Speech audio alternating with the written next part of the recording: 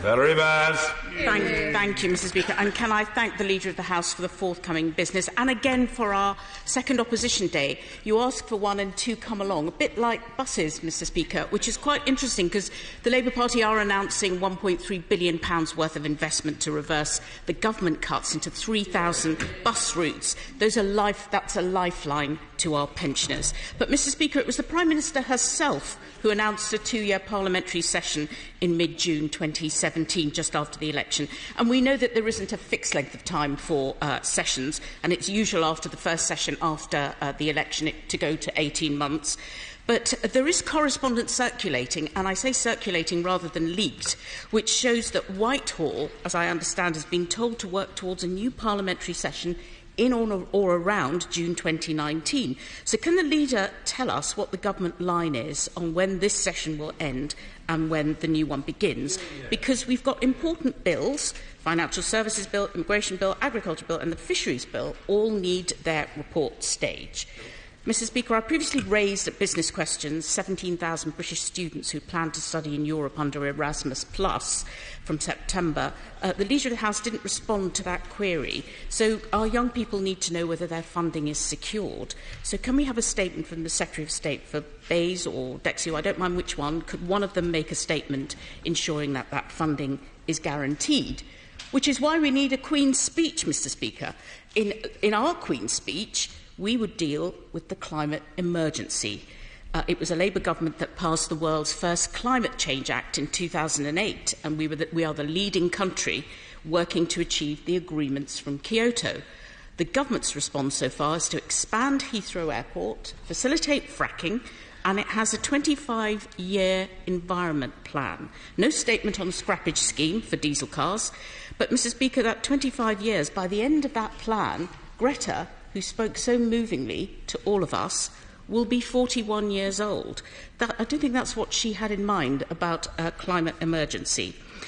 We need a Queen's speech because we need to stop the DWP's failing system of assessments. I ask this again following the tragic death of Stephen Smith, who had chronic obstructive pulmonary disease, osteoarthritis and an enlarged prostate that left him in chronic pain, but he was deemed fit to work by DWP. No one should be fighting DWP from their sickbed. Mr. Speaker, the Leader's right. Our democracy is under threat. At the first meeting of the new subcommittee on online disinformation, the Information Commissioner has said that she was surprised and disappointed by the lack of space given to the regulation of online political campaigns in the government's recent online harms white paper, saying there should be more focus on what she called a huge societal harm.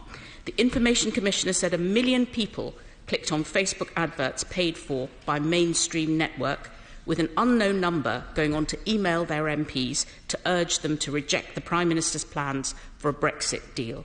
And the emails of over 1 million people who responded to that campaign for a hard Brexit may have been collected. If we can't have a Queen's speech, could we have a statement from the Secretary of State for DCMS on how the government will regulate online political campaigns? Otherwise, we are in danger of also electing a comedian, as they have done in Ukraine.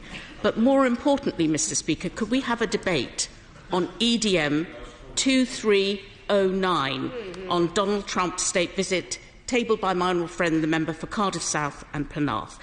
The President, who's entitled to come here on any other visit, but not in our name, has spearheaded a dangerous policy of separating migrant children from their families, banning Muslims from the USA, suggesting today that GCHQ spied on his election campaign, referred to nations as whole countries, and called news outlets fake news in an attempt to limit the freedom of the press. The report by the Special Counsel says that he's obstructed justice. At least the EDM was transparent and not redacted. But could I ask the Leader of the House if she will look into an issue that a colleague has raised of mine and issue some guidance of what colleagues do outside each other's houses? They shouldn't be tweeting outside people's homes. It's not acceptable to their families. I will give her the name of the honourable member later. And, Mr. Speaker, whether it's 359 people, including 48 children, or Lyra McKee, life has needlessly been taken away. As Lyra's family have said, Lyra's answer would have been simple The only way to overcome hatred and intolerance is with love, understanding and kindness. Murdered on Holy Thursday, she will be forever linked with peace and the Good Friday Agreement. Our thoughts are with the families in Sri Lanka who've been destroyed forever by these events. Innocent people enjoying their lives, or as Lyra was, a journalist doing her work. It is our duty and our responsibility to them, as Father McGill said, to work for peace.